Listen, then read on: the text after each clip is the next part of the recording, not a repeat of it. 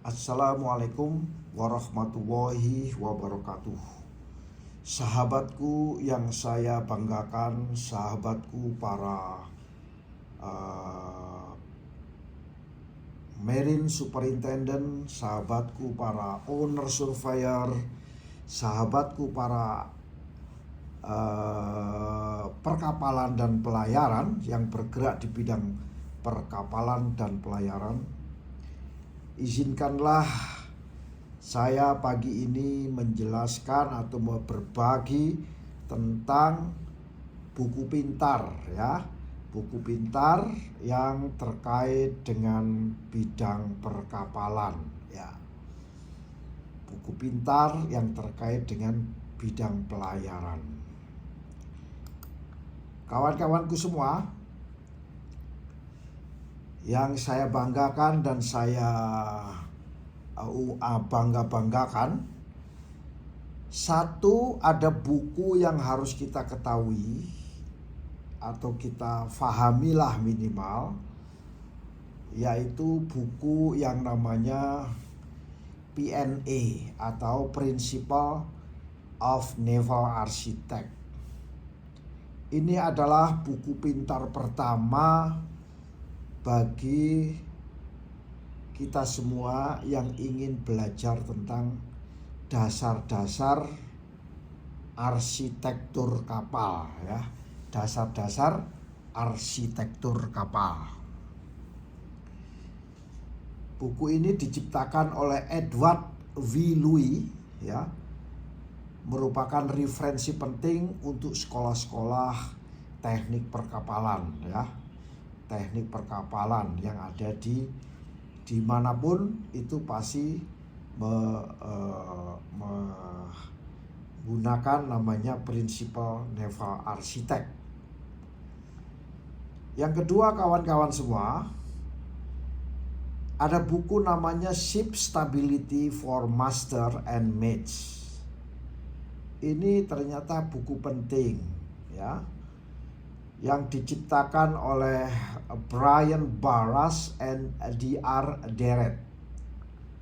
Buku ini membahas tentang konsep stabilitas kapal ya. Kapal tidak boleh tenggelam setelah dirancang, dibangun, kemudian diluncurkan. Kapal tersebut harus seimbang, tidak boleh tenggelam. Di dalam buku ini dijelaskan tentang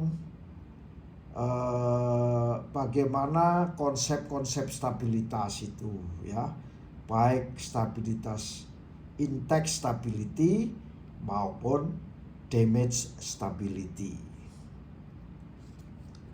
Nah, buku yang ketiga apa? Buku yang ketiga adalah Marine Engineer terkait dengan mesin kapal ya. Mesin kapal. Di dalam mesin kapal ini, bukunya ini dikasih judul lebih spesifik, namanya Propulsion and Auxiliary Plants. Diciptakan oleh D.A. Taylor ya, D.A. Taylor. Ini kalau di ITS itu namanya teknik sistem.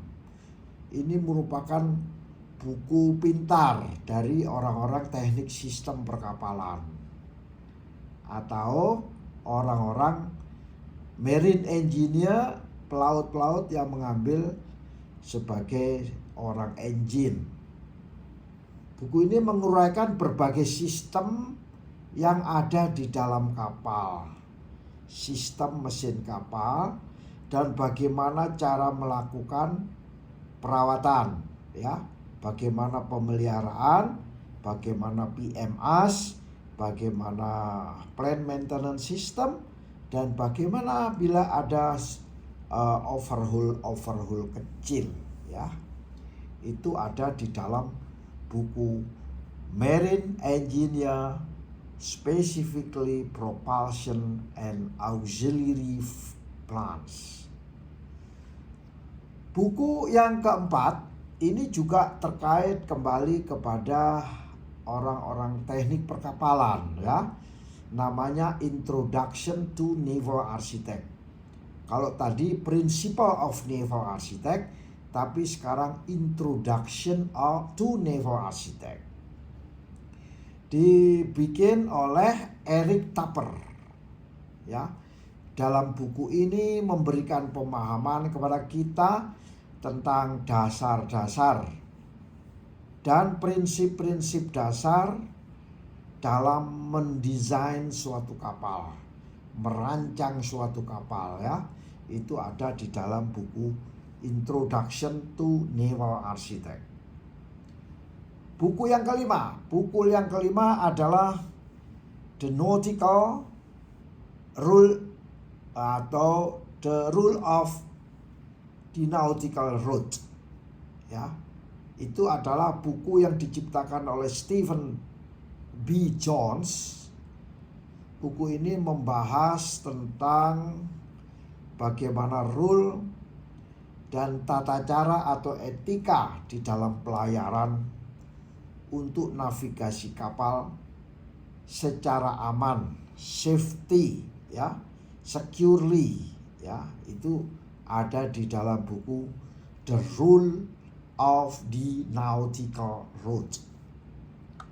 Ini biasanya buku-buku ini sangat dibutuhkan oleh para pelaut. Buku yang keenam namanya Ship Design and Performance for Master and Mates. Buku ini memadukan antara ahli teknik perkapalan dan pelaut-pelaut ya. Ini diciptakan oleh C.B. Barras. Buku ini membahas tentang desain kapal dan performanya, kinerjanya ya. Biasanya kalau kinerja itu operator, yaitu oleh master dan mates. Buku yang nomor 7 adalah buku namanya Marine Engineer and Ship Construction. Buku ini memadukan antara ahli teknik sistem perkapalan dan ahli perkapalan di bidang konstruksi. Diciptakan oleh D.J. Iris, dan buku ini memberikan wawasan yang menyeluruh tentang teknik-teknik di dalam dunia permesinan kapal atau teknik maritim dan teknik konstruksi kapal. Nomor 8, nah ini penting, yaitu Maritime Economics. Ya, Maritime Economy. Buku ini membahas tentang aspek ekonomi dalam industri maritim. Ya, kebetulan kami pernah melakukan seminar atau kuliah sedikit yang diminta oleh salah satu universitas besar negeri di Indonesia untuk memberikan pembahasan tentang maritime economics, yaitu aspek ekonomi di dalam industri maritim.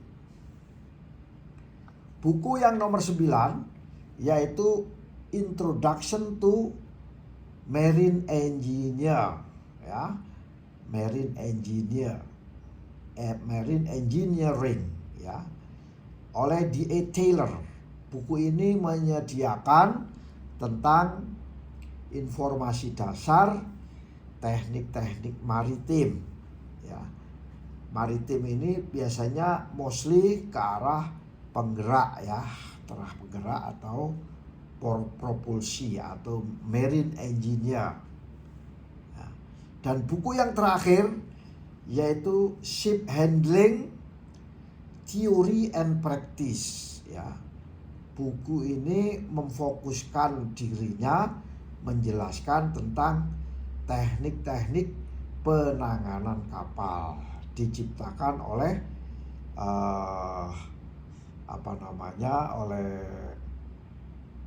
D.J. House ya, D.J. House.